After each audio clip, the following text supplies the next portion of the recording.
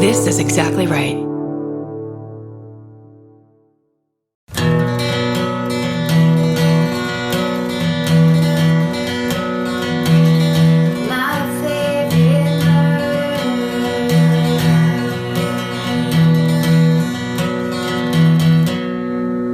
Hello and welcome. Happy 2019. Oh my God. We are back for a brand new year of a brand new podcast year. That's 3 years old. It's 3 years old this month. Is it this month? This month. Oh shit, girl. Dude, that's so many years to be in podcasting years. That's what? 3 years. That's like 104 years. But it feels like 17 minutes. It does. This thing has been like it's like stepping onto an elevator and then being like, oh my God, the cable broke. Yeah, but it's flying upward into success land. Into success ceiling. And not downward into you get crushed, Bill. No, but our stomachs are still in our throats. That's right. The exact same feeling of panic and fear. That's right. Yeah. We're still waiting for it to now go downwards and kill us even harder than it would have had we not traveled upward. Whatever. I don't know what's happening. I may have chosen the most negative metaphor possible for the best thing that's ever happened to me. Which explains everything. That's my style. It explains everything about us and about this podcast called My Favorite Murder. Did you know that? That's Karen Kilgariff. And that's Georgia Hardstark. Fresh from 2018. Fuck that year. The year is gone. Goodbye. Goodbye. It's a fresh, brand new year. Do you make resolutions? Yes, I did. But it's also one, because I realize we talk about so much stuff on this podcast and we are so constantly like vomiting personal shit on this podcast that like when I went to make resolutions, I'm like, no, this is just shit I've been talking about for a long time that like I've been declaring. You know what you've been promising yourself because you say it weekly. Yes. Okay. But I really think that I want to truly start for real. No, but this time is for real. 2019 is a brand new year. It has a nice ring to it. But I honestly want to start saying yes to things even when I want to say no. Okay, maybe the other times were like, just trial periods and you've kind of practiced and give it a little shot. And now it's like, vroom. Well, for that specific one, it's very easy to say you want to do that. But when things come up, there's such a resounding no that it's like, well, this is purely logic. It's not my opinion. I simply cannot do this thing. Like, what do you mean? Anything. What if the correct answer is no? Right. What if you shouldn't be doing it? Well, my problem is I always think the correct answer is no. Okay. That's maybe my go-to. Maybe you're wrong 50% of the time. At least. I think I've proven here that I'm wrong about 78% of the time. But it's that weird habit of what I do is pre-write what's going to happen. And based on what I make up, I don't like those results. Therefore, I'm going to A, stay home, B, not try to do something, whatever. Yeah. So I just think basically the saying yes, forcing myself into discomfort, therefore progress being made is my new plan. Okay. For 2019. Okay. How about yourself? I don't really usually make resolutions, but I am reading Daring Greatly again for the 100th time. Sure. And so I would like to... Daring Greatly by Brene Brown, book recommendation we've made many times on the show. To be more aware and appreciative in the moment, because I think that we do this thing, and she talks about it, where anything that's happy and joyous, as we just said, you add on and this is what's going to go wrong with it. Yes. So instead it's like, well, what if we were just like took a minute and we're like to have, to appreciate it and have gratitude, and having anxiety. We're about to start our new tour. Traveling is really hard for me and scary. So to actually take a moment and enjoy it and add it up. That's a great plan. Also because I think it's not just traveling. The whole thing is we've been doing things that are incredibly daunting, pretending that we do them all the time, just so we can do them and get them done. Like I remember the very beginning, and you were just like, I do not like traveling. And like, there was some real, like, we have to do this and we can't do this. And that went away very quickly because you just did it. So you didn't stay home and go, no, I don't do that. You just said, I don't want to. Yeah. And then kind of I need to find a way to make it make it happen. Yeah. You can't say no to shit like that. No, you can't, girl. I'm making the international money sign with my fingers right now. I didn't know that was just for me or if you were doing that. I kind of was doing just for you. And then I thought, it's going to read. Yeah. You're going to hear the greed in my fingers as I do that. But yeah, so there's ways to prepare oneself so that traveling isn't, or that your anxiety that you know is going to come won't hit you in the face. And you'll be shocked by it every fucking time, like preparing my stories ahead of time, planning on doing certain things in every city, you know. So I'm trying to do that right now. It definitely makes it easier, but I know, and I think that's probably the same reason you do it, is when you have a thing that you have to get done that distracts you. Oh, right. That's the problem. Then flying is no longer the problem. Fear of imminent death is no longer the problem. Yeah. Something bad happening when you leave is no longer the problem. Suddenly the problem is you haven't gotten your homework done. Right. And you can focus on that entirely and not worry about the things that normally worry that's you. Bad. No, I'm saying that that's good. you were probably doing that for that reason. Okay. It's Because a it feels coping better mechanism. to worry about homework than it does that Elvis is going to die while I'm gone. Exactly. Yeah. Okay. That makes sense. Yeah, Yeah. I'm not it's- afraid of like being on a plane at all anymore. No, we've done it so much. Yeah. Because I used to have a lot of like, it wasn't even fear of flying, but just that thing of the effort. Like, this isn't going to be worth the pain. Right. Or something, which is such an insane. I'm not 82. I don't know. It's like I'm just doing an impression of my grandmother all the time. I don't know why. It's so irritating. But I did tell you this already and you had the funniest reaction, but I think it's a pretty good story that's a little bit symbolic of just the experience that we've been having. Again, no complaints. But I think it was August, but I can't remember exactly the month. I sprained my ankle pretty bad. Jesus. And I'm sure I talked about it in the show. I was walking George. I was with my friend Dawn. I was pointing something out over my shoulder like it was a commercial, rolled my ankle off the side of the sidewalk, and then basically looked at Dawn and said, "You have to go get George. And I have to make it into the house before this thing blows up because I won't be able to walk on it." So I like quickly limped back to my house, put my foot up, and then just had a terrible sprain for weeks and weeks. But of course, our fall tour was coming up. Yeah. And I knew I wouldn't be able, all I could think of was you can't walk out on that stage with a weird limp. like that moment where we go out on stage at the live show is such a big moment for us. And it's so exciting. And you don't want to be all like one crutch under your armpit. Hobbling out. Tennis ball at the bottom. Yeah. Just like, ew, what? Or I carry you on my back. And That could make it, you could look cute. We're like, we're best friends. And I'm carrying you on my back. And it's really like carrying. But how? How aerodynamically? How could you do it? So basically, I put my foot up. I was just like, I don't have time for this right now.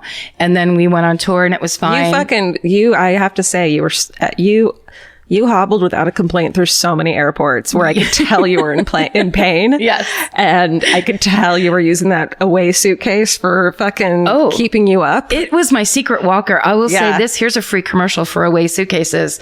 They're not just wonderfully convenient suitcases that make it easy for you to overpack. They also double as a walker, a very hip, modern walker. They got that side roll thing that's so fucking amazing. Yes. And if you get that away suitcase on the side of your sprain, you're golden. Okay. So when I went home for Christmas, on the first day back, I was going to pick Nora up from grammar school. She's in grammar school.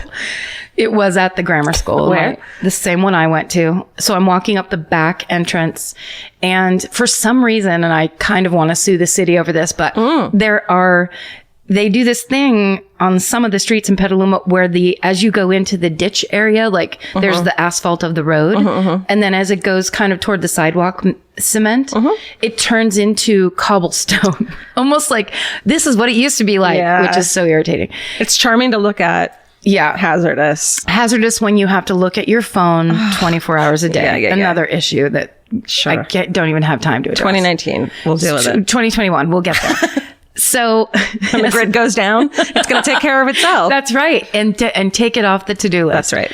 So as I'm walking up, looking at my phone, there is a mini cobblestone pothole, foot-sized pothole, and I wrench my ankle. Same ankle, roll it again, freeze, don't fall down this time. Last time I fell all the way down, which was very embarrassing. Did you do that, oh shit Yes, thing? because it made the same crack.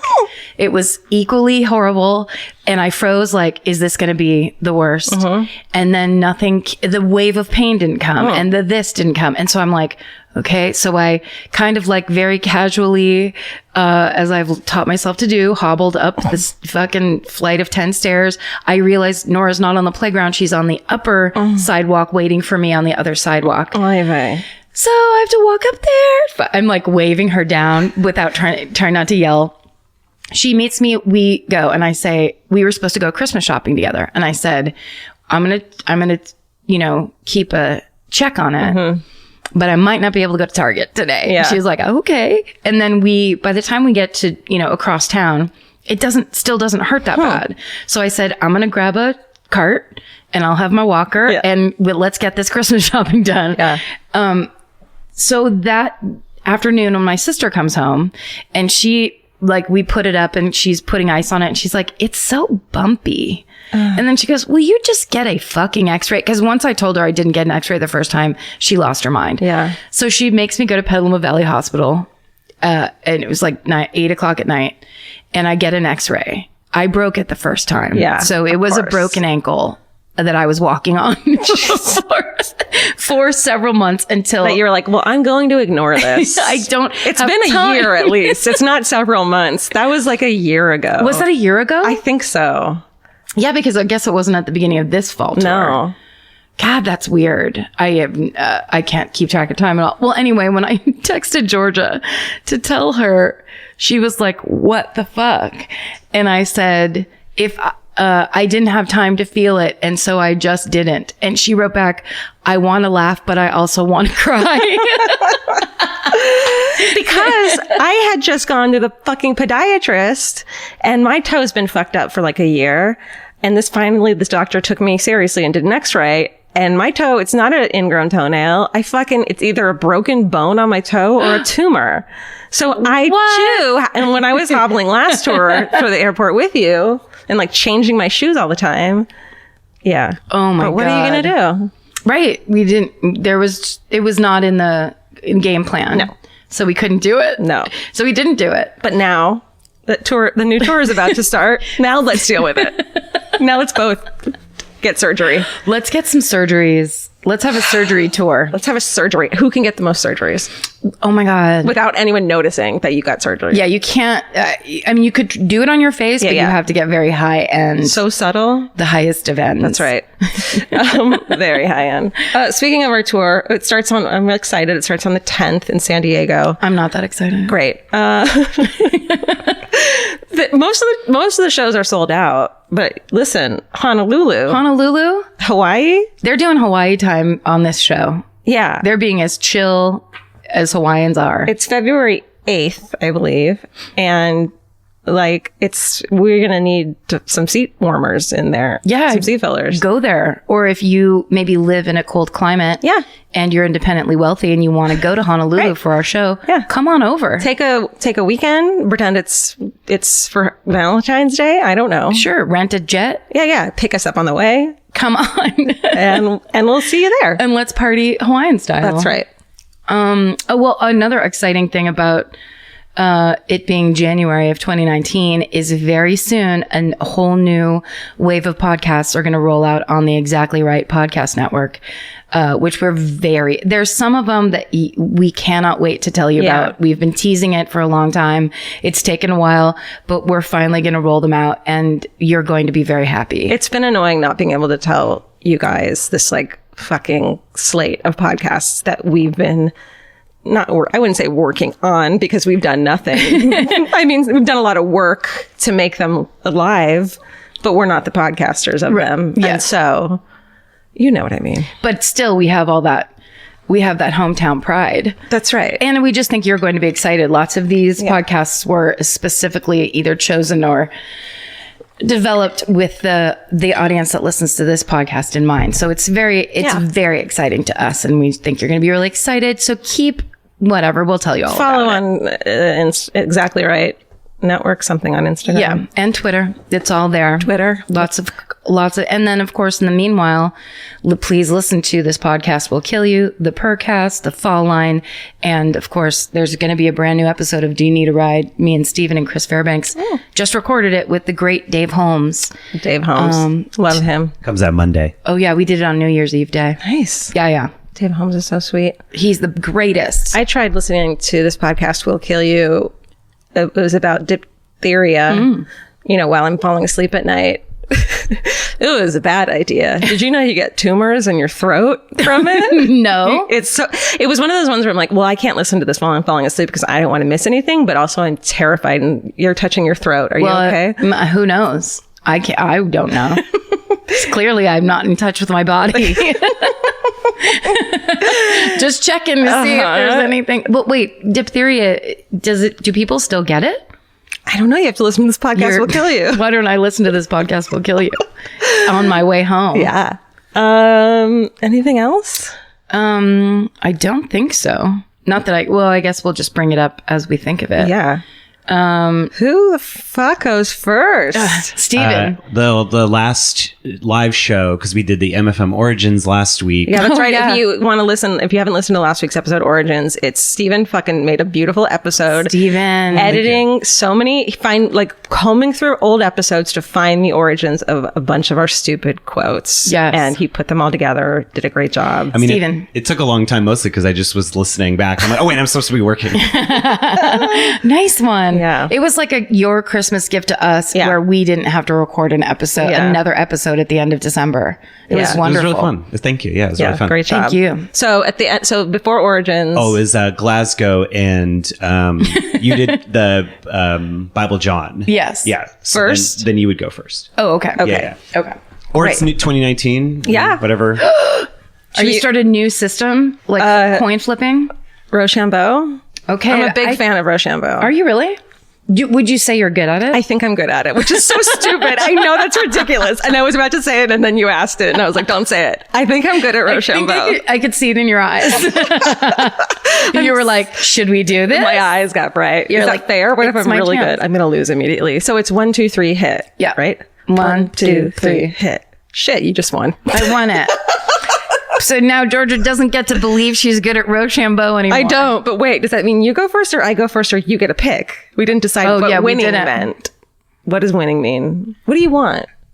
I assume winning means you go second, but that's because I'm from the world of stand-up comedy where the headliner is last. Got it. But that doesn't apply to us. No, that's fine. And it's not the same. Do you have an ender, a good ender? I'm staring at Steven like he's going to help me. I mean, I feel like it's you get to pick because it means either you get to go first or you get to pick, Yeah. like it's You get to dealer's pick which one choice. you want to do. I like going first sometimes. Okay. But it depends on if you have a story that you think is going to be a good ender. I don't, I have to say, we haven't done this in so long in this way that I kind of feel, I absolutely don't know what day it is. I'll say this right now. I mean, obviously it's Wednesday because that's when we record, but conceptually, I've been asking what day it is for like 2 weeks straight. No, I thought it was Tuesday for 3 days. I'm in weird, like, vacation mode because we haven't had one in so long that we literally and legitimately took 2 weeks off. Yeah. And did nothing and like didn't do anything. It was so weird. It was, suddenly I could feel my bones. Yeah. It was not pleasant. Oh, because they're broken. Right. With America's #1 meal kit, HelloFresh, you'll get easy, seasonal recipes and pre-measured ingredients delivered right to your door. All you have to do is cook and enjoy. HelloFresh makes cooking delicious meals at home a reality. From step-by-step recipes to pre-measured ingredients, you'll have everything you need to get a wow-worthy dinner on the table in about 30 minutes. Say goodbye to endless grocery store trips and takeout. HelloFresh has you covered. There's something for everyone, from family recipes to calorie smart and vegetarian, and fun menu series like Hall of Fame and craft burgers. HelloFresh has more 5-star recipes than any other meal kit, so you'll know you're getting something incredible. HelloFresh is flexible and it fits your lifestyle. Easily change your delivery days, food preferences, and skip a week whenever you need. Break out of your dinner rut and make deliciousness part of every week with HelloFresh. I love that even though HelloFresh is super easy and they make it really basic and like straightforward, you still feel like you're cooking this like incredible home cooked dinner. And that makes me feel good about myself. And that instead of just ordering takeout, I'm actually making something and preparing something at home. And that just, it feels good. So for $80 off your first month of HelloFresh, go to HelloFresh.com/murder80 and enter murder80. It's like receiving 8 meals for free only at HelloFresh.com/murder80, promo code murder80. Go buy.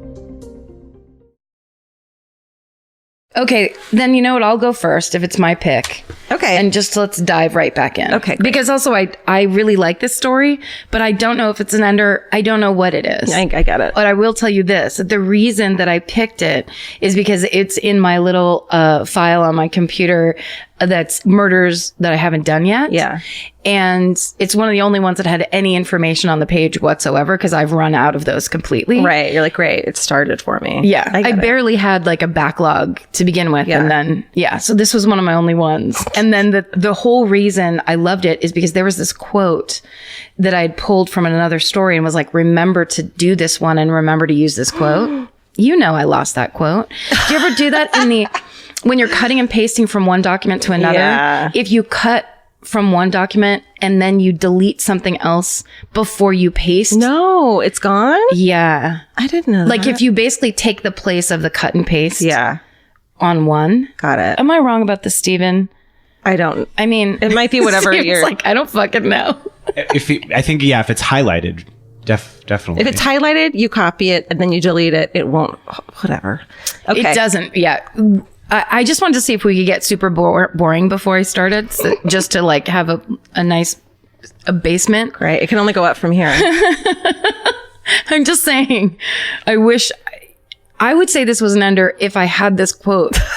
That would have been like the Oh my shining God. tiara on top of this princess story. What's the quote? Well, it doesn't matter now. Okay. And I truly don't have it. And now I can't find it. I couldn't find it, which is very odd. Then it's like, where did I get Did it ever even exist? Yeah. What the? Was fuck? it just a quote that you wished someone would say? Or is there a rare chance that I actually read a physical book Yeah. and then copied the quote out of a book? Yeah. That's impossible. No. I don't do research that You can't even deep. read. I can barely touch books because of my ankle. Okay. But so I'm going to do for you right now and Stephen in 2019, the murder of Thelma Todd. Okay. Hollywood actress of the 20s and 30s.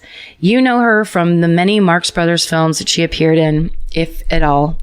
They called her the Ice Cream Blonde, and she, in less than 10 years, made over 120 movies and comedic shorts. Jesus. Comedic shorts. All with a broken ankle. So I got the majority of the information about this murder from the website Deranged LA Crimes. And this is the same website where it's a website written by someone named Joan Renner. And that's where I got the whole story from our LA live show 2 live shows ago when I did the story of Aggie Underwood, who was the first City Desk editor and this basically very famous female true crime reporter in LA in the 40s when no other women were doing it. Yeah. And she did it. And she is said to be the one who coined the Black Dahlia nickname. Right. She was, and supposedly the first on the scene, reporter wise. Crazy. So Joan Renner has a website, Deranged LA Crimes, but there's a whole part that's about Aggie Underwood, and she's like an expert in Aggie Underwood. So a lot of the information is from there, and also I got it from there. So apparently Lonnie Anderson starred in a 1991 film called White Hot: The Mysterious Death of Thelma Todd. And I think it's a made-for-TV movie, but everyone only ever called it movie on the internet, so I'm not sure. And it costs like $50 on Amazon. Like, it's hard to get. What? Yeah, I thought I was going to watch it really fast and then have a fun, like, then Lonnie Anderson said this. Yeah. And it's like, you can't get it. Holy you have to be shit. like a devotee. But in 1991, a writer named Frank Asinello wrote an article in the Chicago Tribune that was basically it was all about Thelma Todd's mysterious death because this Lonnie Anderson made-for-TV movie was about to come out. Okay. So he basically was like, it's still a mystery, but there are some theories. And he kind of like reignited the whole idea of it. Okay. So let's do this. Great. Thelma Todd was born July 29th, 1906 in Lawrence, Massachusetts to an abusive, distant, alcoholic, that's right, an Irish father named John Todd, who was an upholsterer and a corrupt local politician. Great job. I don't know if he really was both of those things, but he was said to be one thing and then the other thing on different websites. So I like to think he started as a lowly upholsterer. Right. And he rose up to being a corrupt But you know, like politician. even back then, it was probably such a small town. It was like, great, you're mayor. Yeah. You know what I mean? Like it wasn't like a big fucking deal. Like it was a big Politico fucking. That's right. you know. They're like, you recovered our couch so beautifully. Yeah. You're the mayor. Exactly. Thank you. Remember that time we had a whole conversation about how upholsterers are always creeps? Yeah. I think it was because Angelo Buono, who was one of the Right. Hillside Stranglers, he was an upholsterer. Because they're just huffing fumes, glue, fabric glue. And they got a lot of a lot of instruments that are hook shaped. Yes. And yes. Anything else? No. Go ahead. What? There was nothing. Okay. So Thelma Todd graduates high school. She actually enrolls in college. She wants to be a teacher. So she enrolls at a school called the Lowell Normal School, Oh. where the mascot is A normal person. Just the most normal just person. someone as normal. This guy, he's like a beige person. Yeah. He's got his buttons all the way to the top done. Yeah. He's just normal. He likes pot roast. Yeah. He likes potatoes, Go normal people. missionary sex, and that's it. That's all he's into. Okay, so that is now the University of Massachusetts at Lowell, but at the time it was called the Lowell Normal School for all those people in Massachusetts. Am I pronouncing Lowell wrong? No, it sounds right. It's not a Worcester situation, is it? I don't think so. Okay. Why am I asking you? Why am I being so confident in my answer? That's a good question.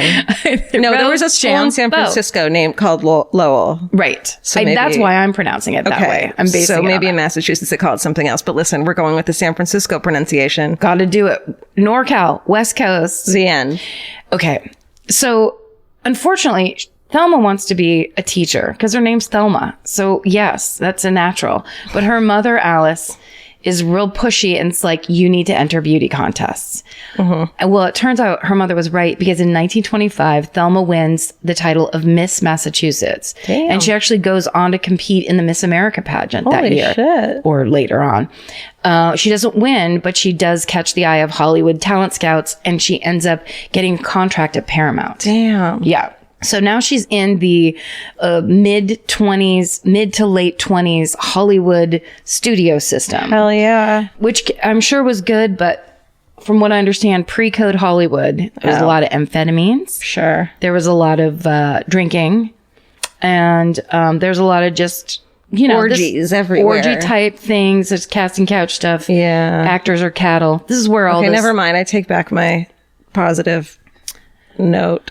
No, we can be positive about it. No, I hate it. No, come on. Don't let your love of acting be I killed by the refuse. early studio system. I'm just saying there's a reason that things are... There's a reason we ended up in the fucking Me Too situation that we're in right now. And it's because this has been a long road of overt oppression. All right. Thelma Todd starts out in silent films, but because of her beautiful speaking voice, and I say beautiful, but it just was like she had an okay voice. Yeah, she could speak like a normal human. Yes, exactly. She didn't have the Like a normal human. Like And the person like- from her. yes. That guy. She could speak just like him. She was thinking of the school mascot. Yeah. All those football games where the beige guy cheered. Just came out and was like, she's like- great, I really hope you guys win. Look, I'm really supportive of this team. Yeah, and she was like, hey, I'm a silent movie star. Look at me. I'm Everyone's supportive like, of God, talking. this is normal. Yeah. I love it. I love her. She makes the transition to talkies. And in less than 10 years, as I said, she appears in over 120 movies and comedic shorts. Now, comedic shorts were like this thing, and it's if you ever go to black and white, like remember the old silent movie theater back in the day there used to be comedic shorts. So like Buster Keaton and Laurel and Hardy and all those guys, they would put out these little short movies that were like, you know, it wasn't an hour. It was like 12 minutes long or whatever.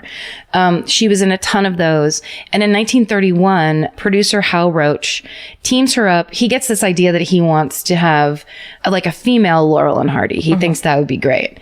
And then all the bros in the 30s were like, you're ruining my childhood. Women aren't funny. And this is again, hey, say women aren't funny. Say women. Hey. And then they all do like a 4-part harmony. Sweet Caroline.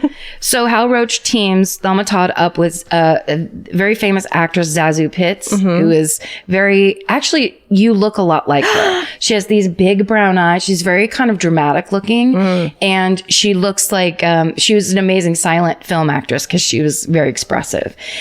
So the two of them, it's like the blonde and the picture I saw of Zazu Pitts, she was a brunette. Could have changed in the like later in her career. But they do a bunch of shorts. You know, those famous comedy shorts they start in, like hot dogs. It's basically like original YouTube, where it's like, we just need to make funny content. Fall down a couple times, break your necklace, you know, and then drive a car. It'll be hilarious. You're women. One of their shorts was called Let's Do Something. Great. I love it. Let's go with it. Let's do something. Publish it on YouTube now. So good. Okay. So then when Zazu Pitts, leaves Hal Roach's, like production company over a contract dispute, Thelma Todd is then paired up with an actress named Patsy Kelly, and they make a ton more. Now, while she is under, Hal Roach's tutelage, I've never said that word before, he creates something called this, you might enjoy. It's called the potato clause. Oh dear.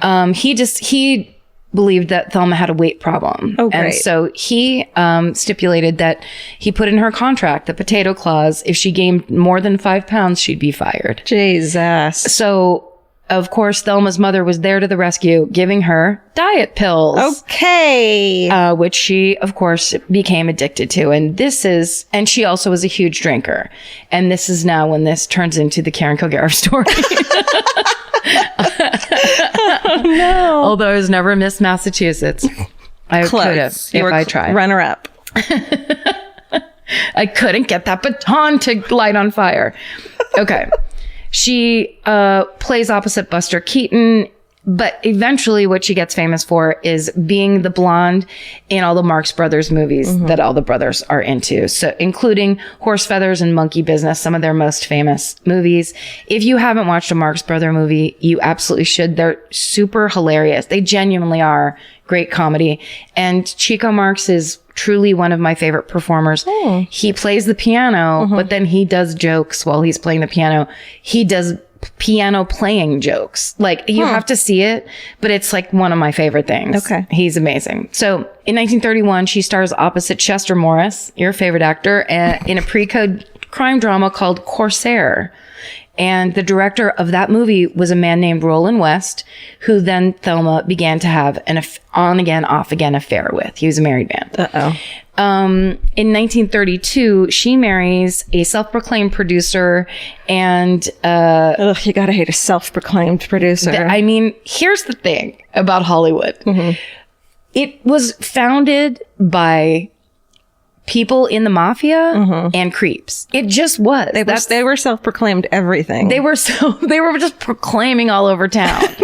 I know art. I know how to make a movie. Proclaim it till you make it is what they used to say. That was the old saying. That was the poster that Chico Marx had above his bed. So these guys, they ran the movie business like it was any other business, like it was running liquor or prostitution or anything. It was kind of the same thing, where if you were in a movie, you could shut up and you'd take your money and you would get as much as they gave you, the end. Totally. And here, take these pills, come to the party, and potato clause always hanging over your head. The potato clause still exists today. Oy vey. It's unspoken. We have it at My Favorite Murder, but it's that if you don't gain 5 pounds, you're fired. That's, I actually inducted the potato clause in late 2016, and it was, I'm going to gain 5 pounds every day until I break both of my ankles. Okay. So we waste Steven every time he comes over here. All right, I'm done. Steven is a wreck. Steven, get on a scale. 1932, Thelma marries this man. His name's Pat. I think it's DiCicco, but it's spelled Dicicco. Or Diccio? No, it's not that. It's DeCicco. DeCicco. Ciso was named after him. DeCicco and desist. So he had mob ties. They had a very bad marriage. They both drank a ton. They would get into huge drunken brawls, one of which resulted in a broken nose for Pat, and another ended in an emergency appendectomy for Thelma. Holy shit. So they threw down.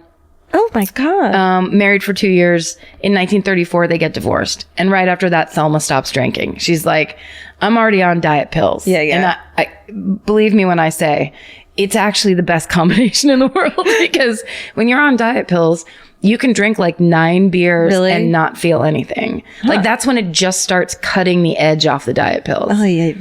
And I bet you in the 30s, diet pills were way more intense. They were insane. What were they made of? Like, who the fuck knows? Asbestos and fucking paint gasoline. chips. Ethyl gasoline. Ethanol and paint chips and asbestos. And you chewed it on up and you liked it. And you said, pretty. And you lost all the pound. So in 1934, she decides she's going to open her own, basically restaurant club. And it's called Thelma Todd Sidewalk Cafe. And it's in that building. I love it. I know. I drive by all the time. Yes. Not all the time. I'm never on PCH. But every time I drive by it, I think that's Thelma Todd's place. Yes. It's the building, I believe, is still standing. Mm-hmm. It is between Santa Monica and Malibu on PCH. It's gorgeous. It's the best location, right on the ocean. Mm-hmm. And it's it was Art Deco looking building. It's really cool. It's very You notice cool. it because it's really like, it's an old timey cool structure. I think it's like a car mechanic now or something. Is it really? I have no idea. It's weird that they didn't make it like it's so Los Angeles that they're just like, oh yeah, that can be whatever you want. Yeah. We're not going to make it any kind of a landmark. It's not going to be historic. Preserve it. Yeah. Have it be like a Pizza Hut Taco Bell drive-through. That's what we like the most. Let's desecrate this place. But quickly. So at the time, Thelma Todd Sidewalk Cafe was the Spago of the 30s. It was frequented by celebrities, politicians, and mobsters. All the people who partied. And the menu offered a gin fizz for 35 cents, which is what my parents used to have at every holiday, like Christmas morning, Easter morning. They were gin What's a gin fizz? People. Just gin and fizz? It's gin. It's an egg. Oh, God. Egg white? Egg white. Uh-huh. Oh, man, I don't know. I don't think they use yolks. I hope not. It's my mom just drinks a whole egg and then she eats a live goldfish. And then she swallows a tire iron. She gets into the and then Guinness it's a Book fish that she pulls out as like fish skeleton, and now she's in the Guinness Book of World Records for it. What a great woman. Gin fizz. All I know is there's egg whites, as you say, gin, and lemonade, Minute Maid lemonade. It always has to be from a can of Minute Maid lemonade. Yeah, of like defrosted can of. Holy shit! That was always on the counter when it was it was a holiday at the Kilgariff. I'll take 4. Well, if you took 4 at Thelma Todd's Sidewalk Cafe, it would only they would cost you 35 cents each. Great. Isn't that the best? Yes. I couldn't multiply that by 4. I know it would take me a minute. It's over $1. Yeah. I know that for a fact. That's right. We don't need to know. It doesn't matter. It's $1.40. It's $1.40. There was also the Thelma Todd Knockout, which was $1. Oh. So that was like triple a gin fizz. There was the Thelma Todd Milk Punch, which had a gin base. I wonder if they made all their own like bathtub gin and then just served it.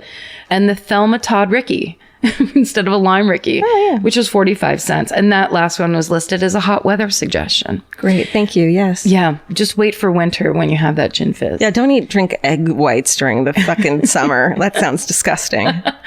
Okay. So here's what's crazy. She opens Thelma Todd Sidewalk Cafe with director and her on again, off again lover, Roland West, and his wife, actress Jewel Carmen. She's like, great, let's do this. Jewel is like, I love restaurants. I love ideas. I love my husband. God, I love this guy so much that I want to go into business with his girlfriend, actress. So weirder still, the three of them move into the duplex that's above the cafe. Now, that line of information I got from one website, but then I saw on the Joan Renner's website, there was actually a hand-drawn map of the location. And basically in the foreground right by the ocean is the building where Thelma Todd Sidewalk Cafe is. And at the top of that building, there's an apartment that Thelma Todd lived in. But then in the street above, basically, so it was like a house built into the hill, so it had a view of the ocean and overlooked the building where the cafe was.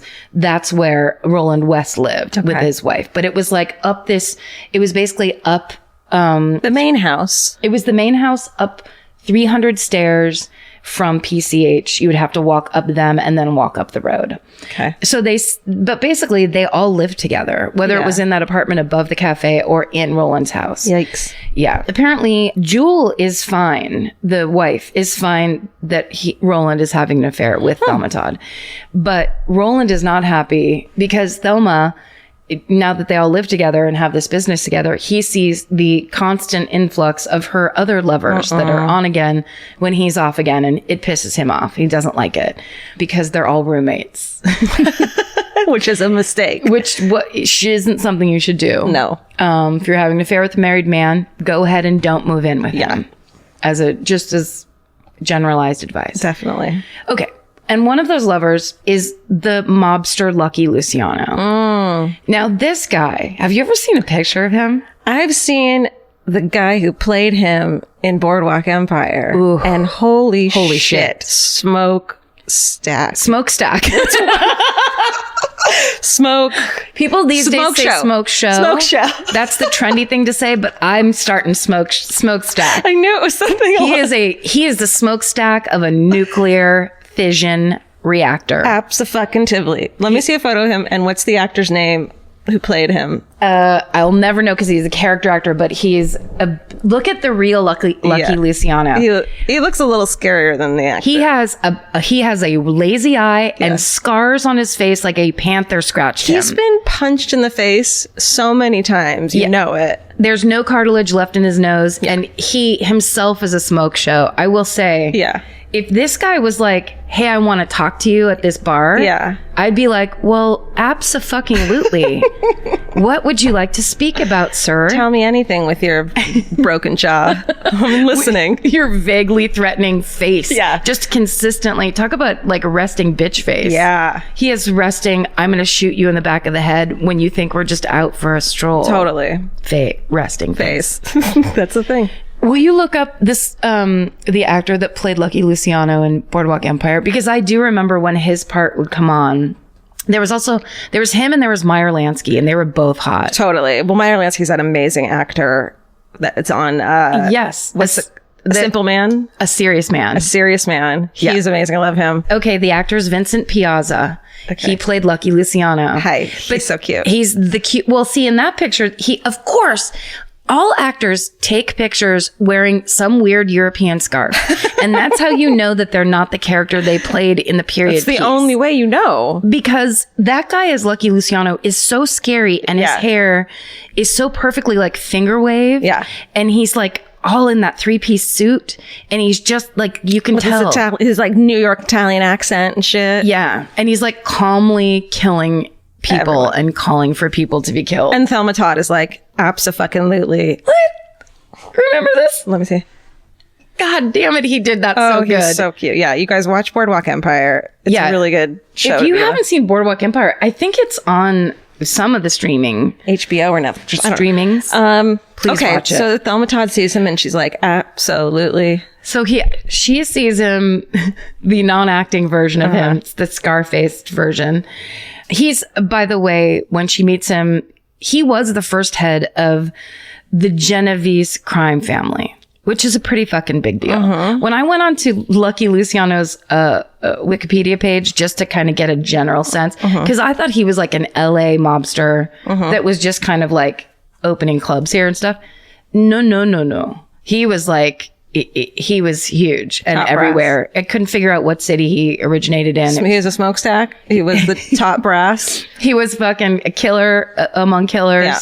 So she meets him at the Coconut Grove, where all great things happened in the 30s. Yeah. Which I believe, I could be wrong.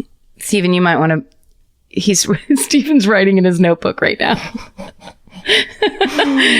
You're writing takeout Lucky Luciano's Day. Yeah, it just says lose 5 pounds. Please and over lose 5 again. pounds. Over and over.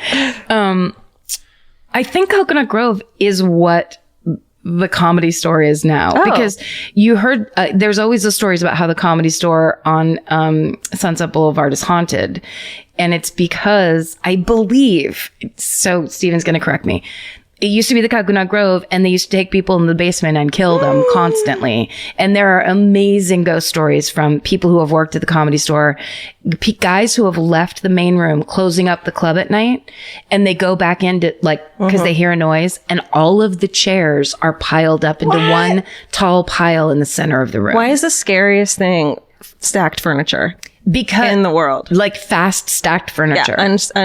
Yeah. Because then you know something happened. Right. And those were people who told those stories on like television ghost story shows where they were like, yep, You're like, this guy's not a bullshitter. No. He's telling the truth. He said it was like so scary. So I think, Stephen, am I wrong? I think, it says here because it was demolished in 2005. I guess it used to be, or it was turned into the Ambassador Hotel. Oh. But it doesn't say anything about the Where Comedy was Store. Coconut Grove? This was it was on 3400 Wilshire. Oh, nowhere near it. And everyone knows, And everyone knows the Ambassador Hotel never had any problems, and everything went well there. Everything was great at the Ambassador Hotel. That's right. No major assassinations Never took place there. So everything is fine. I guess there's lots of bad vibes in LA. Is really what I mean, that's really LA. that's It's the just moral of this story. one bad vibe. Okay. So, you see now why this is not a closer. Okay, so she meets Lucky Luciano. They're at the Coconut Grove. He offers her a glass of champagne. She says no thanks because she stopped drinking when she divorced asshole. He, when she refuses him, grabs her and pours a bottle of Dom Perignon down her throat.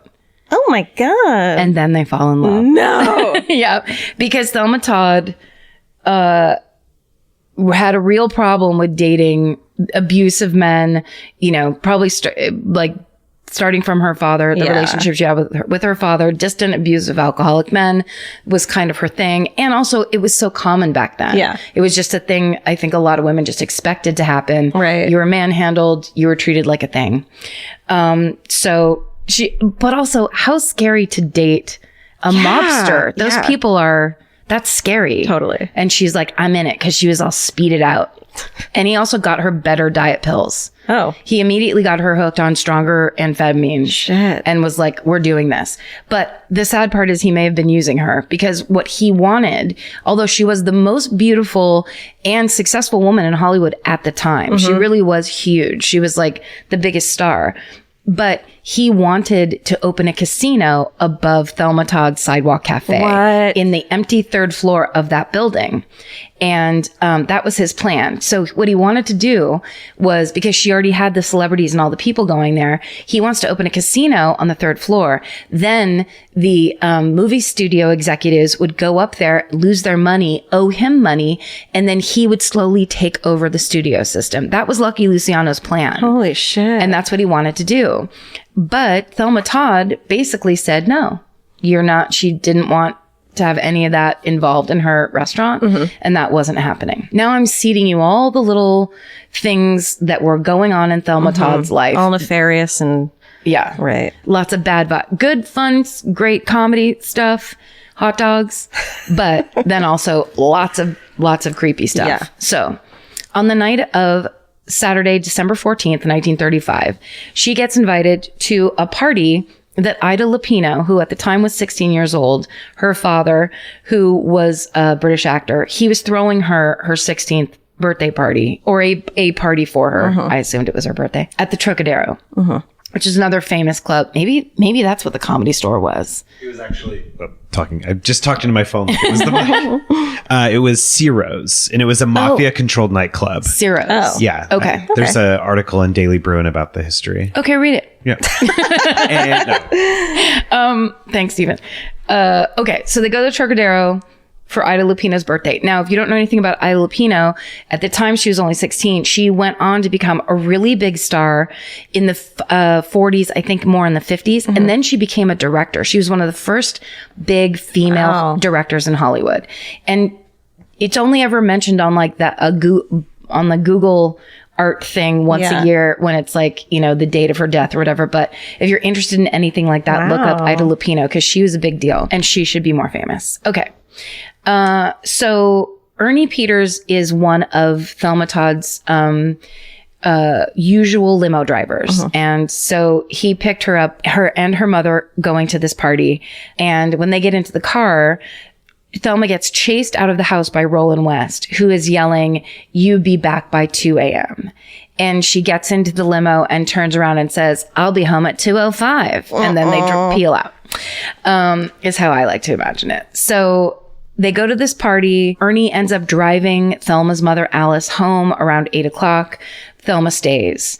While she's still there at the party, her ex-husband, Pat DiCiccio, shows up with a young actress. He was not invited to this party. So they immediately get into a fight. She's like, "You're trying to embarrass me. You're trying to humiliate me." It's a big blow up. And then she just stays there. Obviously, she wasn't that embarrassed because she stayed until 2:30 in the morning. She sits down at Sid Grauman's table, the man who opened the Chinese theater. And it was one of the first big Hollywood guys. I don't know anything about him. I'm just trying to lie through this part. She sits down at his table and says, "Will you call Roland and tell him I'll be home? I'm leaving now. I'll be home in a half an hour." I pictured as he was sitting at one of those tables that had a phone at it. Yeah. Like on the little side table thingy with a phone. Which in 1935 would be like having your own satellite. Yeah. Real big deal, Sid Grauman. So when she finally leaves and gets back into the limo, it's 3 a.m. Yikes. Ernie, the limo driver, says that Thelma was unusually quiet on the ride home, which is really saying something when she was on a ton of diet pills. Yeah. God, you want to talk so much on those. And smoke. When he drops her off at 3:30, he offers to walk her up the 63-step flight of stairs that goes up to the house above. But she does something she never does because he normally does do that, especially if she's been out drinking. She says no. And that's Ernie Peters is the last person to see Thelma Todd alive. So on Monday morning, this is late Saturday night, early Sunday morning. On Monday morning, Thelma's maid of 4 years, her name is May Whitehead. She drives her own car down to the garage to get Thelma's brown Lincoln convertible and bring that down the hill to the cafe where Thelma usually is at the time so that she can use her car down there. And that was the setup that they always did on Monday mornings. And she later tells the police that the doors to the garage were closed, but they were unlocked. And inside, she finds Thelma Todd slumped over in the driver's seat of her car. The engine's running, almost out of gas. So May runs down to the cafe. She tells the manager of the cafe to call Roland West. And then the police are called. When Thelma's mother is told of her daughter's death, she screams, "My daughter was murdered." That's the first thing she says. Thelma Todd was 29 years old at the time of her death. So young. So the second the story breaks that she died, her death is treated with total suspicion and murder is immediately in the headlines. There's no proof of it.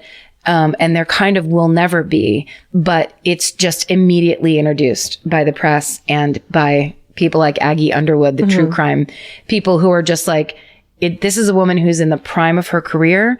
She is young. She's still gorgeous. She's getting full length movies and she, she's really coming into her own. Her restaurant is huge. Why would she kill herself? It makes no sense that she would kill herself. But law enforcement theorized that what actually happened was she came home drunk from that party. She found herself locked out of the house like Roland West said he would do. And they're at the beach. So, Anywhere else in Los Angeles, it would be unlikely, but out on the coast, it would be pretty cold at 3:30 in the morning in December. Right. So they theorized she went into the garage to get warm, and because she was drunk, she turned her car on to use the heater, and she died of carbon monoxide poisoning. Oh, my eyes were scanning the page so quickly. So a coroner's inquest into Thelma Todd's death is held on December 18th, 1935.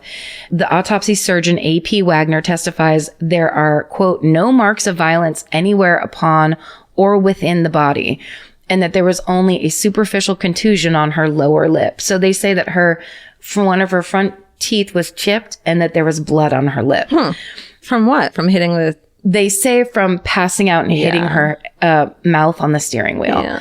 So the jury rules that the death appears to be accidental, but recommends further investigation to be made into the case by proper authorities.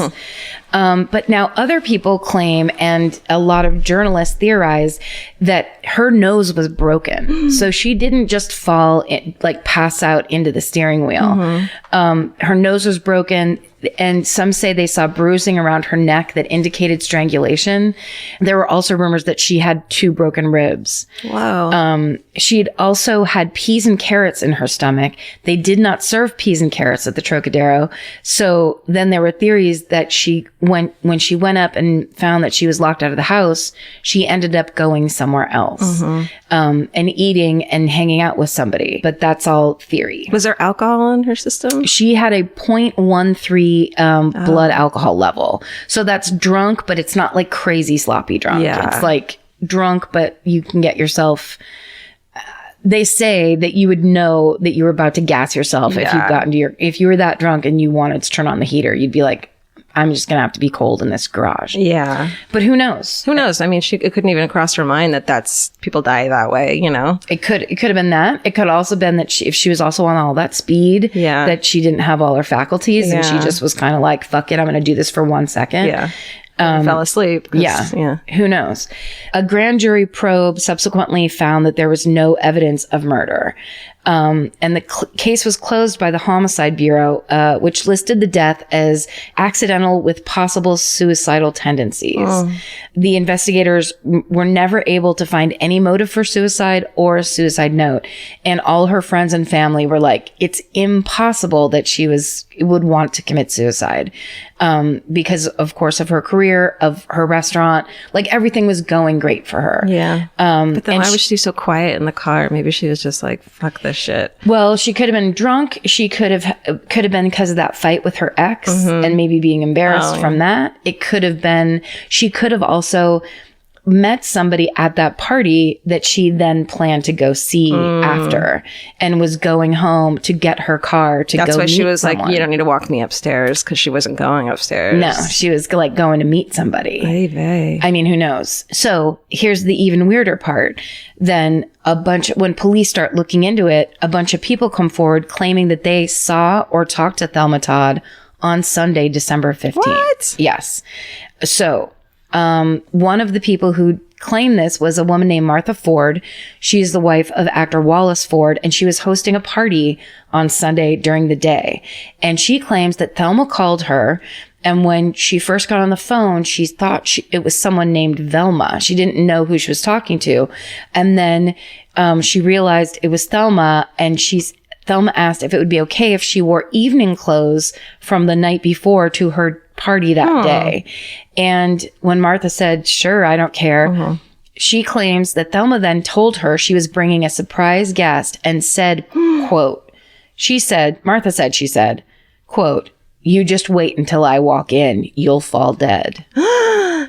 So somebody's in the mix. If this is to be believed and it wasn't an imposter, there was somebody in the mix because you could also be quiet in a car after being in a club because you ran into someone awesome and hot that you were like, oh my God, I'm going to go meet this guy. Yeah. And you're stoked like some about famous actor or something that you're like hooking up with. And also famous enough. There's the tragedy train. Can you hear it? Choo-chooing. Choo-choo. thinking about that, if she herself is one of the most famous actresses, who could she have been talking about that she was like, you're going to die when you see who I'm bringing to your party? George Clooney. It's Clunes from the early days. Pre-ER Clooney. Okay. So yeah, Mrs. Ford assured investigators it was not an imposter. She was positive. She spoke to Thelma Todd. Then later in court, I don't know if it's in court is accurate. I think I just wrote that. But later on, Jewel Carmen, who's Roland West's wife, she testified that she saw Thelma Todd at the intersection of Hollywood and Vine on Sunday morning with a handsome stranger in the passenger seat of her car. But according to the coroner's estimated time of death, Thelma was already dead in the garage at Jewel's house.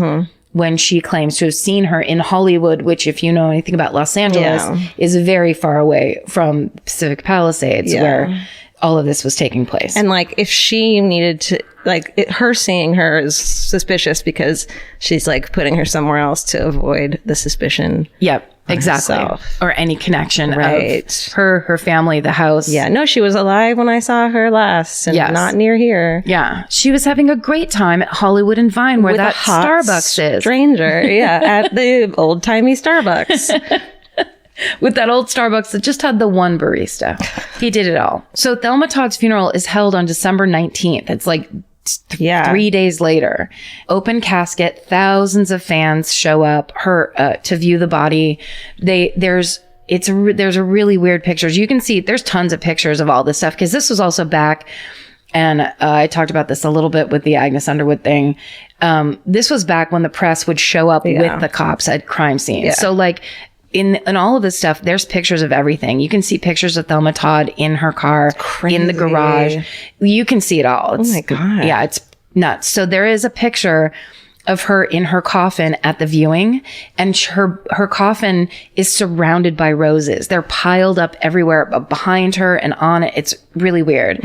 Also, the coffin is tipped up a little bit so you can see her Thelma. It's open casket. And you can see her from far away. That's so creepy. It's so creepy. And it's, of course, her two ex-friends and co-stars, Patsy Kelly and Zazu Pitts, were devastated. And it was said that Patsy Kelly was so upset she had to be kept under a doctor's care because she had just gone shopping with Thelma Todd like days before. So she wasn't even 30. Yeah. I mean, it's horrible. So now we talk about some of the suspects. Okay. So obviously the ex-husband is the first suspect because it's one of the last people who saw her alive. Public fight. Infamous, like, wife beater. This guy, Pat DiCicco, whatever his name is, went on to marry Gloria Vanderbilt. Oh my God. He used to call her Fatso or he had some horrible nickname for a woman who is in no way, like, he's a fucking pig. Yeah. And he used to beat the shit out of her as well. So he had mob ties, you know, if Thelma Todd embarrassed him at that huge party that he was not invited to with all these famous people, he could have just been enraged and gotten drunk himself, went back, knew when she was going home and like met her on the staircase and then basically set up the body to make it look like it was an accidental death. And later on, in 1937, Pat DiCicco was said to have been involved in an altercation with comedian Ted Healy that led to his death. So he's no stranger to beating the shit out of people until they die. So he's up there. Of course, Lucky Luciano's up there because of his whole plan of putting the casino above Thelma Todd's Sidewalk Cafe that she said no to. And he clearly would not in any way. I mean, he was like the head of a huge crime family. No one says no to this guy. So it could have been knocking her off to get her out of the way so that they can go in and actually make that plan. That's obviously like a plan to take over show business. And it's said that a few hours after Thelma's body was found, he was on a plane out of LA and he left town. But the most likely, also Thelma's mother, Alice, was said to have been bragging to friends that she was going to build a mansion for herself. And Alice was the only person in Thelma Todd's will. So she was going to get all the money. No way. Her mom knocked her off. Well, you never know. But then there's Roland West. So Roland West admitted that he did lock the door on Thelma Todd that night and locked her out of the house. And he had done it before to her. But he claimed when he was like on the official record, he claimed he was only joking when he ran out and said, you be back by 2 a.m. Hilarious. It's one of those hilarious threatening jokes. Yeah. But nobody believed he was joking because he was constantly enraged. So apparently his career wasn't doing that well. She wasn't that interested in him anymore. He was having to witness her other lovers and all the dates that she went on and the fun parties that she went to. So at the very least, there are theories that he intentionally locked her out. That led to her death, accidental death by carbon monoxide poisoning. He found her, then tried to like basically make it look like that's what happened and that like it had nothing to do with him, which is then why his wife Jewel said that she saw trying to cover Thelma for her Todd. husband. Yeah, exactly. And he basically knew what he did led to her death, so he was just trying to like break the chain.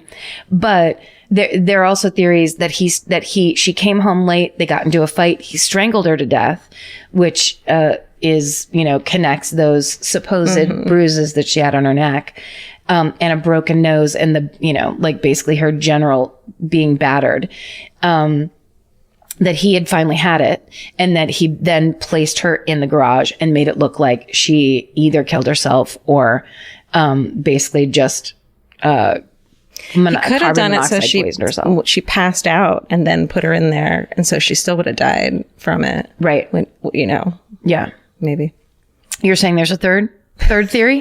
No. He strangles her till she passes. He doesn't actually kill her. He just does something to make her pass out, puts her in the car, turns the engine on, and then she dies from that. So the coroner's like, this is what she died from, but she was placed in there. Yes, and purposely. It's all kind of convenient, but it works out perfectly for him because then he has the restaurant. Right. He has everything. He maybe even has like deals with Lucky Luciano. Maybe he wants the casino in that place. Well, it did turn into a casino after that, right? No. I don't think so. I don't know. I don't think so. I don't think so. I think, it just went straight to Jiffy Lube. Straight into the Jiffy Lube. That's there today. And if you bring a coupon, they will honor it. Oh, wow. There are unsubstantiated rumors that Roland West admitted on his deathbed to Chester Morris, your favorite actor, and his good friend, that he was more involved with Thelma's death than he had initially admitted to police. But of course, those are unsubstantiated by Chester Morris himself, who everyone knows is a fucking liar. Oh, he lies everywhere. Thelma Todd's last movie, she starred in with Laurel and Hardy.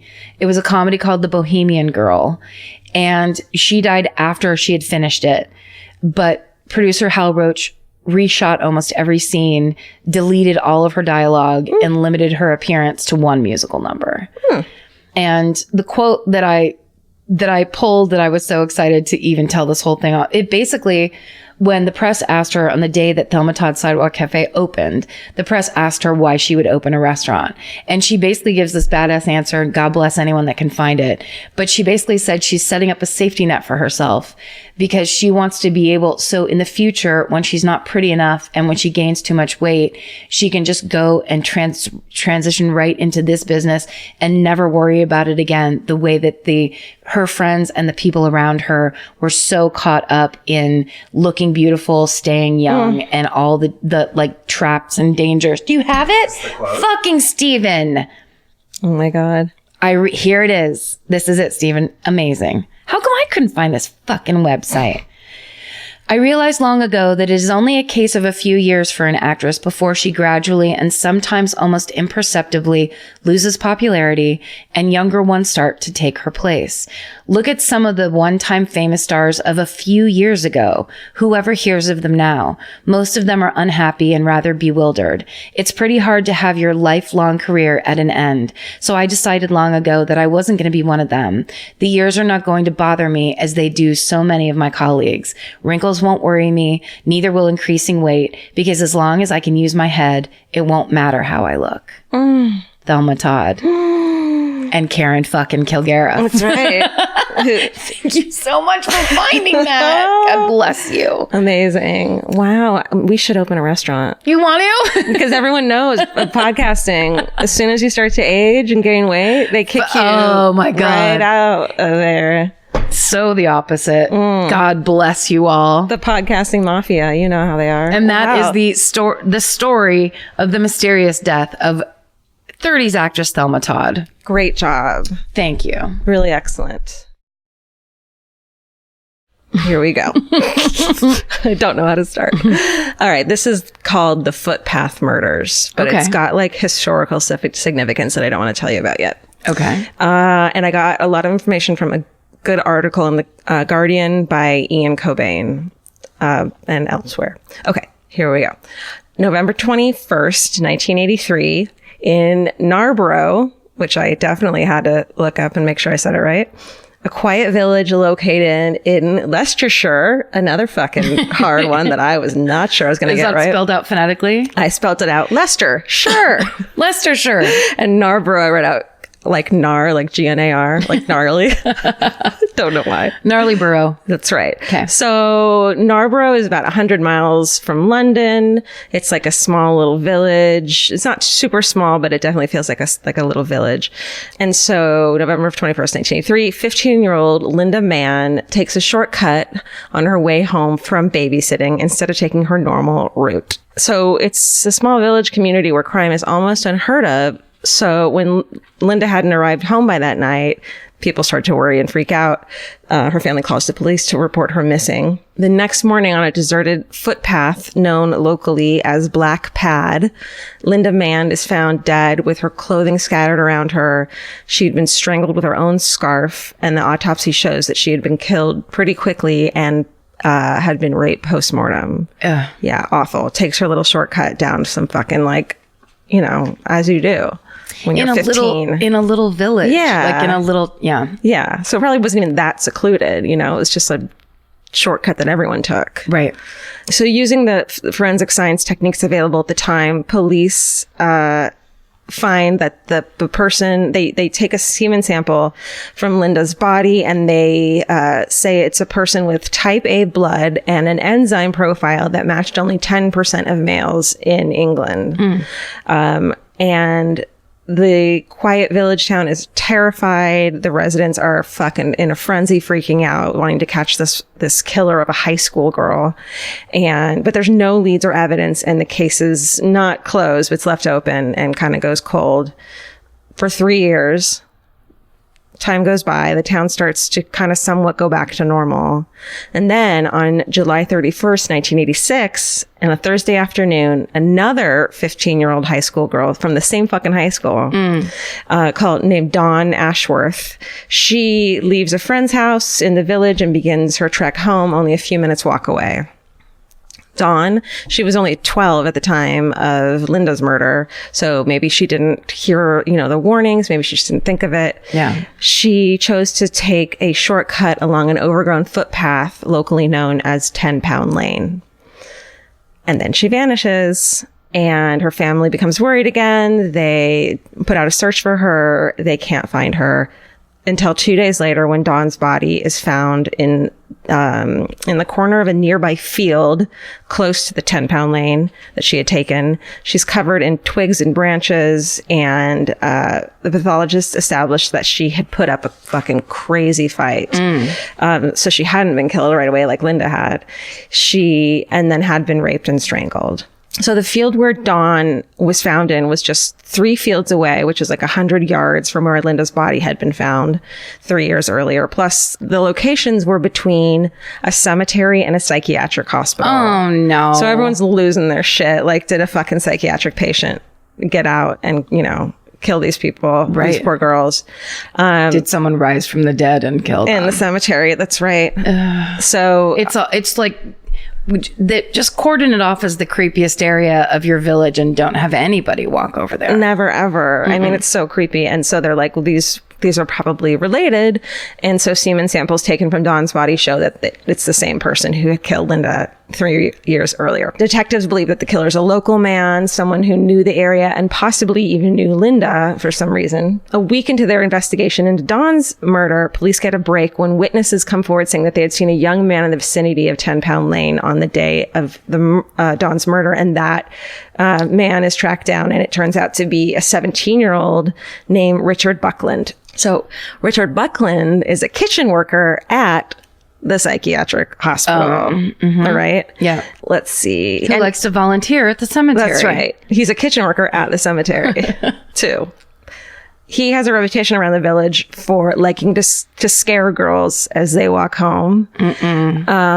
And after 15 hours of questioning, Richard, who had learning difficulties, kind of a slow dude, I believe. He confesses to Dawn Ashworth's murder, but he adamantly denies having anything to do with Linda's murder.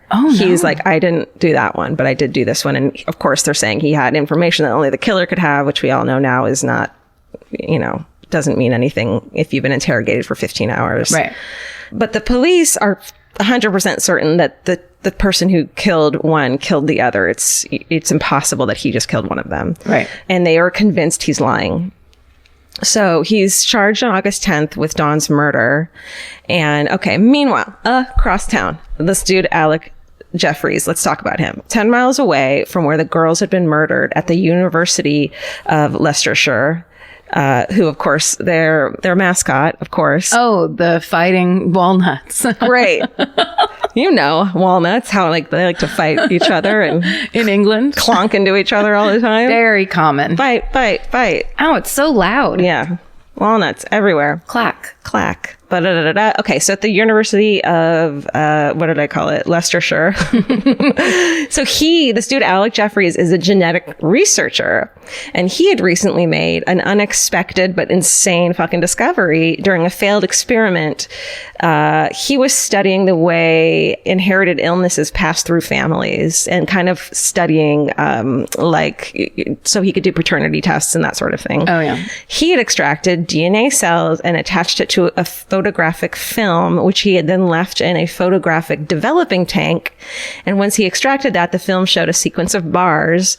And Jeffries realized that every individual whose cell had been used in the experiment could be identified with great precision. So he was the fucking first person to do DNA testing, to realize that DNA, like a fingerprint, everyone has their own. It's specific. If you're from a family, you can tell what people are families and all this shit. Holy shit. And this fucking Alec Jeffries dude. Whoa. He's the originator. So after he's like, this is incredible. I'm sure he had a lot of fucking coworkers and buddies who were, it's not just him, etc. He's not alone. I don't want to give him all the credit. However, after publishing an academic paper on his discovery, he uses his newfangled testing to solve paternity cases and all other kinds of cases like that. But he's also like, well, I wonder if this could be used to apprehend criminals as well. So, but when he had fucking talked about that possibility at a conference, the fucking audience laughed at him. Of course they did. Yeah. That's how it always goes. They're like, that's not going to happen, bro. Yeah. How would you know? Yeah. Dummies. Right. Looks like you're wrong. In your face from 80 years ahead? Yeah. Look at your dumb face. But Leicestershire police I guess they were kind of forward thinking because they were like, let's have this guy fucking help us. Yay. Prove that this Richard Buckland is the murderer. Okay. Of both of them. So they contact Jeffries. He agrees to test Buckland's blood and semen on the girls' bodies. But when he takes the film from the developing bank, he could see immediately that the girls had indeed been raped and killed raped by the same person. But that man was not Richard Buckland in either fucking case. Oh, shit. Yeah. Okay. So the police are totally astonished. I wrote, there's probably a ton of hubbubbery around. Hubbubbery. Whoa. And it's England, so it's very British bubbery. Yeah. Kind of curly mustache hubbubbery. They have Jeffries repeat the test 2 more times. Shit. And it's definitely not him. The senior investigating officer says at the time, 1 minute we got the guy, and the next we've got jack shit. And that's where that phrase was invented. Right. But in a British accent, which is so much better. Do they say jack shit over there? That's so funny. I bet because it's kind of a cute phrase instead of just like, like jack shit's cuter than bullshit. Maybe? And yeah, sure. After more than 3 months in custody, Buckland, clearly innocent now, is set free. And the police are back to square one with their hunt for this fucking highly dangerous double killer of teenage girls. Yeah. So they fucking throw their balls to the wall and they're like, let's just do everything we can. How about this? It's an unprecedented move. They send out a letter to all the local men between the ages of 17 and 34, asking them to give a voluntary DNA sample. A what kind? Voluntary. What did I say? Voluntary? Voluntary. What is voluntary? I thought there was rusty. You're teaching me all this new blood sample stuff. Voluntary DNA. It comes directly from your nipple. It's when you squeeze your nipple really hard. Ow. That's voluntary. Ow. And then the juice that comes out. After a while, Alec was like, I don't think this test is worth it. I've invented a ton of great tests here. Every time I go on stage to tell people about this, even though it works better than anything else, they laugh at me. I'm sick of it.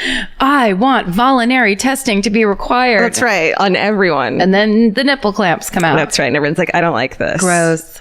I don't care how many crimes it solves. Okay. So they ask all these dudes to give voluntary DNA samples. It becomes the world's first mass screening for DNA. Wow. Yeah. By the end of that month, around 1,000 men had volunteered to give samples. And of course, the police are like, we're going to flush out the people who fucking won't give samples because obviously those people are guilty of something. Yes. And at the time, the forensic science laboratories or laboratories, because we're in as they England, like to say, aluminium. They can't even keep up because they're like testing so many people. And of course, the media at the time and a lot of people were talking about how like this is a violation of your what's it called? Your DNA personal rights? Yeah, and like personal rights, all this bullshit. But the fucking townspeople over in Leicestershire are like, fuck you. They're so hardcore into catching this killer that they don't give a shit. Good. And basically like hound all their friends, the male friends, into making sure that they go get tested. Like everyone's on it. And also, I just would urge people who believe that it's somehow a violation of your rights. Like, it doesn't make sense because the cops can get you in lots of different ways. Yeah. This whole DNA thing, like, it's such a weird paranoid theory of like, then they have you, as if this apocalyptic future where everyone's going to get controlled by cops with their DNA or whatever, or it's just like, but it's to catch murderers and rapists. Yeah, that's right what it's now being used for. And they have a thing. I think there's a thing now. It's not really, this isn't really used anymore, this mass screening. But when they do it, they have to then destroy all the evidence or the DNA of people who weren't the suspect. Right. They can't keep it. To be like, well, maybe later we'll have a crime that this guy will commit. Yeah. That sort of thing. They can't, oftentimes police departments can't solve the crimes that they're there. They're not like holding a bit, whatever. Yeah. Why am I arguing this? Because you're mad about it. I'm not. Because Karen is all about personal rights. I hate personal rights. And she argues against them any chance she gets. Blah, blah, blah. Okay. After 8 months, 5,500 men have given blood samples. Only one person had refused, but I don't think it's him. Oh. It wasn't him. Okay.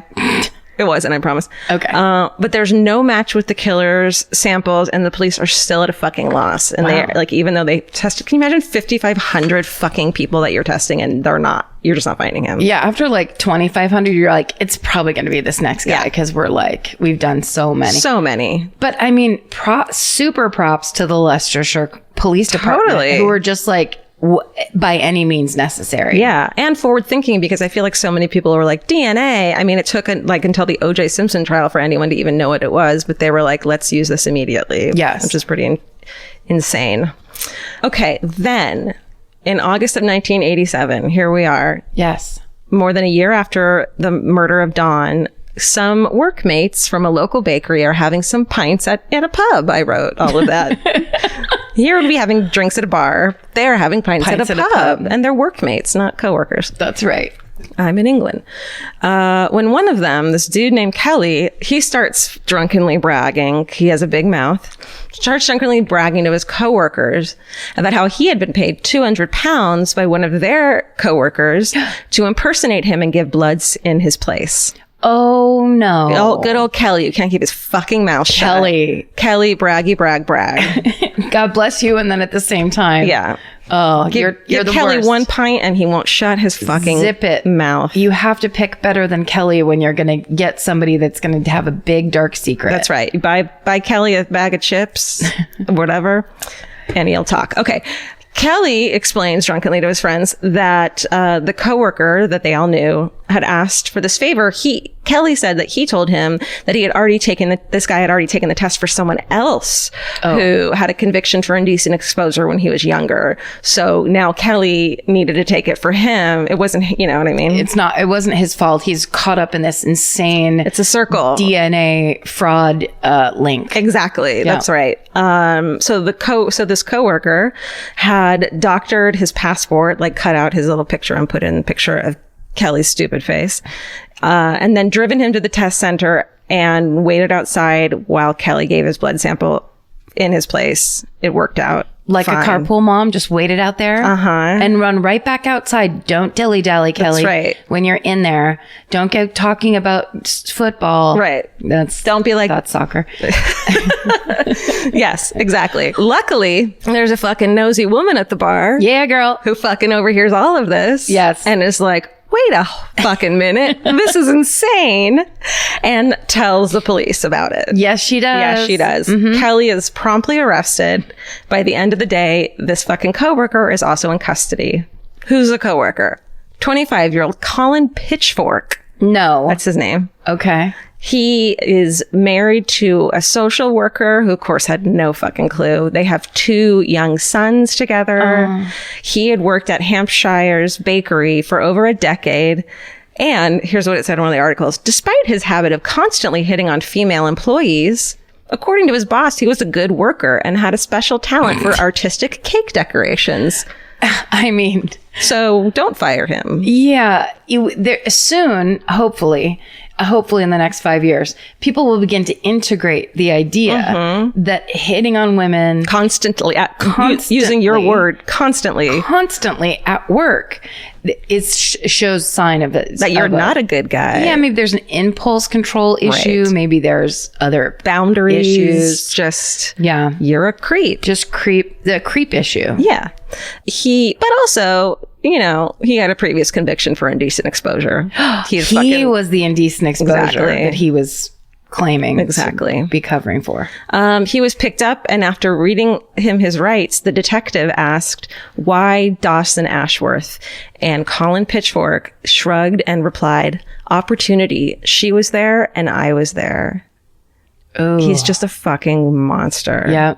Then he gave so he believed in DNA evidence too, so he wasn't even going to try to fucking say it wasn't him. Right. He gives a detailed confession to both murders and 2 other sexual assaults that he had done. Whoa. He told police that when he raped and killed Linda Mann, our first victim, his car had been parked nearby and his baby son had been asleep in the back of it. Holy shit. That's right. And the night of Dawn's killing, that night, he returned home to his home in the village of Littlethorpe and baked a cake. Yeah. It's insane. Immediately, I'm thinking of Paul Hollywood in the the Great British Baking Show. Have you watched it? Yeah. Oh, I think we've talked about it. Yeah. And how I'm so obsessed with it. Yeah. It's great. Well, that comes into play. I'm just saying, how was his sponge that night? Was it affected by his terrible crimes against humanity? Or was he able to get a nice bake? Jesus, I don't know.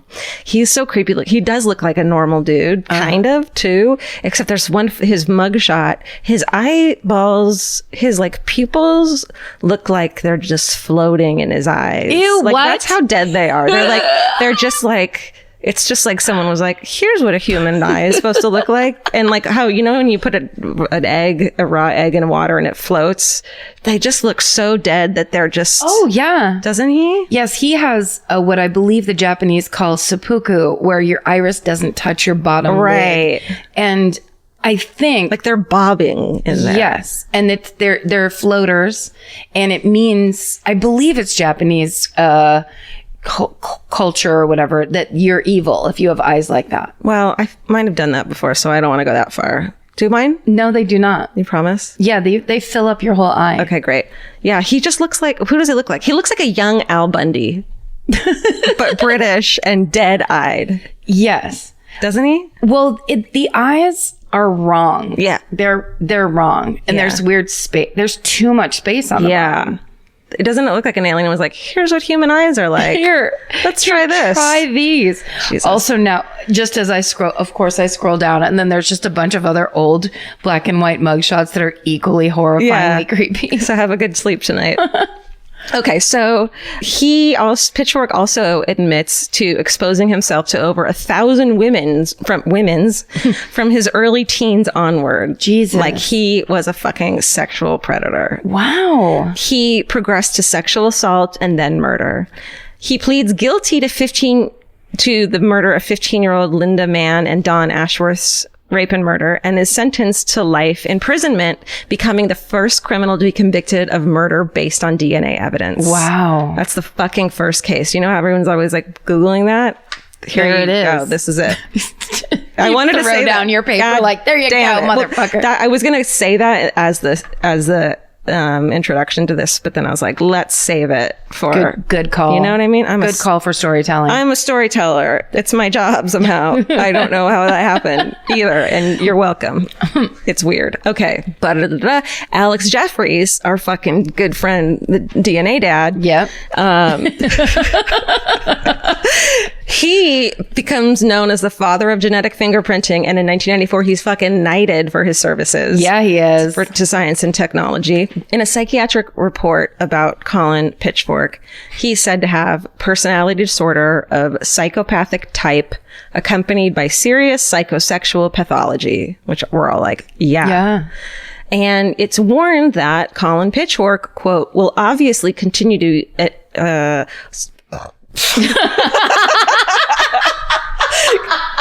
that whole thing out. Do not cut that out. I'm begging you. Please. I am 100% not drunk. I just want to go ahead and... I mean, maybe I shouldn't say that because it makes it worse. I feel like I'm just rusty. It's been so long since we've done this. It's been forever. No. This is good. It's like that first show when we go back on tour after months off. And it's like, we're all just like, what are we doing? How do we say things? Okay. Can't wait to see you, San Diego. It's going to be great. Oh, no. Someone warns that the psychiatrist warns that he will, quote, obviously continue to be an extremely dangerous individual while the psychopathology continues. Like, don't let him out, essentially, is what they're saying. Yes. So he's sentenced to life imprisonment, as I said. But what that really means is that he has a minimum of 30 years. Right. Because it never fucking means life in prison, which everyone at the time is probably like, yay, we can go home now and everything will be fine. Right. That 30 years is reduced to 28 years in 2009 for, quote, exceptional progress while in prison. Right. He hasn't exposed himself to anybody in prison. So he must be fine. Now He's doing great. Let's take 2 of those years off. Doing great, murderer. In prison, he is said to have been well behaved, has gotten a degree, and has become a specialist in the transcription of printed music into Braille. So he's like kind of becomes this artistic-y guy. Okay. Who gives a shit? In April of 2016, so 30 years, time is just so funny in that it fucking goes by. Yeah, it so does. what's 30 years ago is now you can get out. So, in April 2016, he appears before the parole board. They recommended that he not be released, but that he be moved to an open prison. So, what the fuck's an open prison? An open prison is like basically what we would call minimum security, but also you can't leave during the day and go to the movies, can you? You absolutely can. And guess who does? Colin Pitchfork. That's right. He's 58 years old now. He's changed his name to Thorpe, so he gets to have anonymity. That is a good call. I'm sorry. Yeah. Pitchfork is just like, you're going straight to like the canned ham devil. Yeah, but then it's not fair because he gets to have anonymity. Yes, you know what right. I mean? Yes. So he is living in an open prison in Gloucestershire. Didn't look that one up. Gloucestershire. I believe that mine's a guess. I think you're right. Okay. And he's been allowed alone on the streets for up to 6 hours at a time before being taken back to prison. He's been photographed, and you can fucking see the photograph. He looks like a 60-year-old, not that old, like a young, because he's been indoors for so long, dad. You okay? He looks like not someone you should be afraid of. Right. He's been photographed on a shopping trip in Bristol City Centre browsing Bake Off books. Okay. Which is your favorite show. Is the Great British Bake Off? I think that they have, yeah. Yeah. Because remember, he was a baker too. Yes, that's right. He must love that show. Yeah. And he was eating a pulled pork roll. He's having a great old day. Sure. Acting like someone who hasn't killed 2 teenage girls brutally. Right. And exposed himself to thousands. Right. He now has the right to unsupervised overnight stays in the community. And they're doing this in a way to prepare him to get out soon. Right. So like he can go look for jobs. He can prep, like find a place to live. They're like prepping for him to fucking leave. Okay.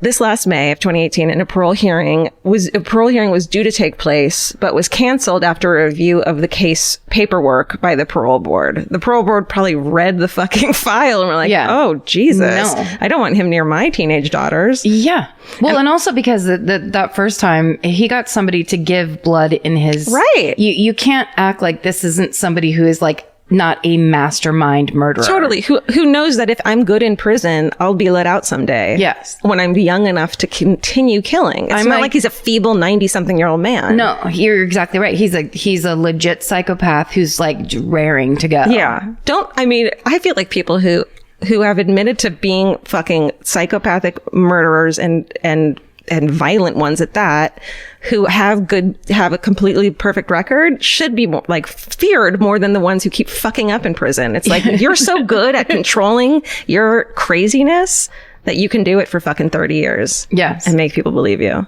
I just feel like people shouldn't get out until, like you're saying, they're feeble.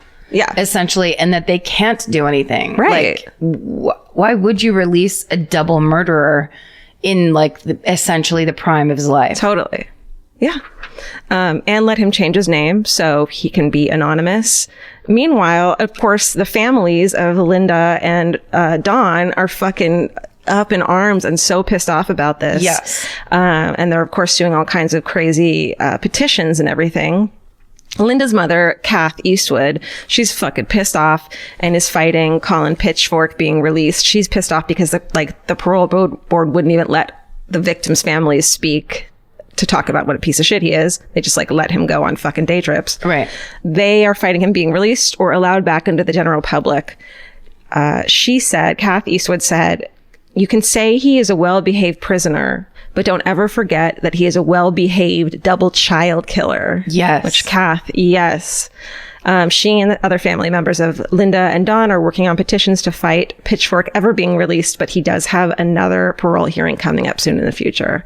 So the one that got canceled was because the parole board was like, no, we're not considering this? Yeah, because I think that the There's public... been such an uproar. Right. Good. So there's a huge uproar about it. And so it's been postponed, but it's going to happen again. Right. But yeah, that is the Footpath Murders, aka the first criminal to be convicted of murder based on DNA evidence ever. Amazing. Yeah. Wow. Isn't that crazy? So crazy. We'll post a photo of him now so we can all keep an eye out. Yeah. Watch out, England. Yeah. Oh, that's awful. I know. So creepy. I feel like there's all those, like, we have now truth in sentencing laws, meaning a life sentence is a fucking life sentence. But I don't think it's proactive. Retroactive? Thank you. Backwards active? Back that way. Yes. Right. Back there. Yeah. So whatever you got sentenced to when you were sentenced doesn't change. It's Right. just for people now, which is stupid. And could not be true. I'm just saying that. No, I get it. I mean, it's just that you just don't hear, and maybe it's just because it's not as big of a deal, but it's like there's people who get arrested for dealing pot and they stay in jail for 10 years. Yeah. Like all of these things, it's just, and we have to say this last, they just did sign in some huge legal reform bill that's like a big deal. It was actually bipartisan, which is unbelievable that anything bipartisan is happening in this country right now. But like legal reform is definitely on the docket for a lot of people these days. Thank God. Yeah. And that's just one of the things that has to be looked at. It's like there are people who are incarcerated for years and years who have like victimless crimes. Yeah. And those people should be getting paroled and be put into these like release programs or drug programs instead of prison time at all that stuff. And then there'll be plenty of room for for serial killers, for double murderers, for people who plan who don't see human life as valuable as their own, and who do things for pleasure that should absolutely not be happening. Whose psychiatrist says he will do this again if he's let out. Of course he will do it again. Yeah. We've all learned that at this point. Everyone can sing along to that song. And even if he's a fucking upstanding citizen now, you don't those two girls, Linda and fucking Dawn, don't get chances to be upstanding citizens. Don't get to go fucking do British Bake Off. But the other thing that they never talk about is he's not an upstanding citizen. Yeah. He's an upstanding prisoner, which means that he's not shivving people left, right, and center. Right. That doesn't mean he's a good person. Yeah. He's getting along to go along. Yeah. He's making it work so he can get out. Yeah. He's doing what needs to get done. Like you said, he's more devious. Yeah. It's scarier. He's a psychopath. Yeah. He wants to murder people. Yeah. Oy. It's the potato clause, but with murder. Let's act like murder is as bad as gaining weight. Let's do that. Culturally, let's try to just get that going a little bit. How about, we'll stop fat shaming and we'll Steven. instead murder shame. Yes, fat shaming, body shaming can be finally put to an end by all of us. Yeah. And let's get some murder shaming going. Let's try that instead. Let's go on Instagram and shame murderers and comment on murderers' Instagrams instead of on people who... You look a little murdery in this picture. Yeah. Have you been murdering? Yeah. Have you been murdering at home murdering people? Cool. All right. Fucking hooray. It's fucking hooray time. Do you have one? I do. Do you? I do. You want to go first? Or do you want me to Is this now the fucking hooray challenge? Let's hit them at the same time. Ready? You can go first. Okay. All right. Well, okay. I don't know why I have to preface it with this, but ever since we lost our house when I was 16 years old at the bank, I've lived in apartments and rented and just kind of had that, nomadic apartment-y lifestyle, and thought I always fucking would for the rest of my life, and never even dreamed of anything else because it was impossible. Right. This podcast in so many ways has changed our fucking life. And that includes the fact that just a couple weeks ago, we closed escrow, Vince and I, on a house. Yeah. And we're going to be homeowners for the first time. And it's this gorgeous little bungalow that the first two times, it was the first house we saw. And after we looked around, I started crying because I realized that I could have it, Yeah. And the second time I went there, I cried too. It reminds me of my grandma's house, which was like kind of my safe haven in between all these things happening. She died a few years ago, but I can't believe it. I can't believe it. It just doesn't feel real, and I love it so much, and I'm so happy. And so thanks for helping me with that, everyone. Well, on behalf of everyone else, we say you're welcome. You deserve it. Thank you. And yeah, it's so exciting. It's really crazy. It's really I just keep saying to Vince, we bought a house. Yeah. I mean, the bank owns it for the time being, but sure. we bought a house. We have a home. Yeah. Yeah. That's really, very cool. Really cool. And so there'll be a pod basement instead of a pod loft. I ain't going into that basement. First of all, there's not supposed to be basements in California. So something very strange has happened in that home. Absolutely. We're going to have a Ouija board seance. Let's do it. Like on the first night that you move in. Okay. Oh, that's so awesome. Yeah. Thank you. Okay. What's yours? Yeah. Well, I guess mine, my friend Ryan Sickler just started a brand new podcast called The Honeydew. And the first episode came out. His co-host is Josh Adam Myers, who's another comic who's really funny. And so Ryan's old podcast is The Crab Feast. Yeah. Ryan Sickler and Jay Larson hosted The Crab Feast for years. It's a great podcast. There's tons of hilarious people on it. And I met those guys and did that podcast. So anyway, Ryan Sickler started the Honeydew podcast. There's one episode out, and it basically, he named it that because that's the least popular fruit of anybody. Like, that's the fruit everybody leaves on their plate at restaurants. And that he basically is like, it's a podcast about coming on and talking about how you are honeydew melon in your life, and basically telling like sad stories or stories of rejection or loss or disappointment or whatever. And basically laughing about it, because that's kind of all you can do. And he starts with his own story. And I'm telling you, it is a fucking unbelievable. Like, I had no idea that's what his life was like growing up. It was awful. And it's unbelievable because he's one of the best guys. Like, it's just unbelievable. So, if you're into that kind of comedy, or Ryan's got an album out, he's done a bunch of stuff, but, if you're a fan or you're looking for a new podcast with like a completely different flavor, I recommend it because it's really enjoyable and it's really good storytelling, but it's also very poignant at the same time. It kind of blew my mind a little bit. That sounds good. I am going to listen to it. I like fucked up stories. Yeah, it's just fucked up. Okay. It's pretty fucked up. All right. Well, that's that then. Thanks for listening, and happy 2019. Let's fucking get through this year together. Yeah, I hope you guys had a great new year. Yeah. And so much to come in 2019. The ball is rolling. Let's have fun. Yeah, let's do it. And let's stay sexy. And don't get murdered. Bye. Bye. Elvis, want a cookie?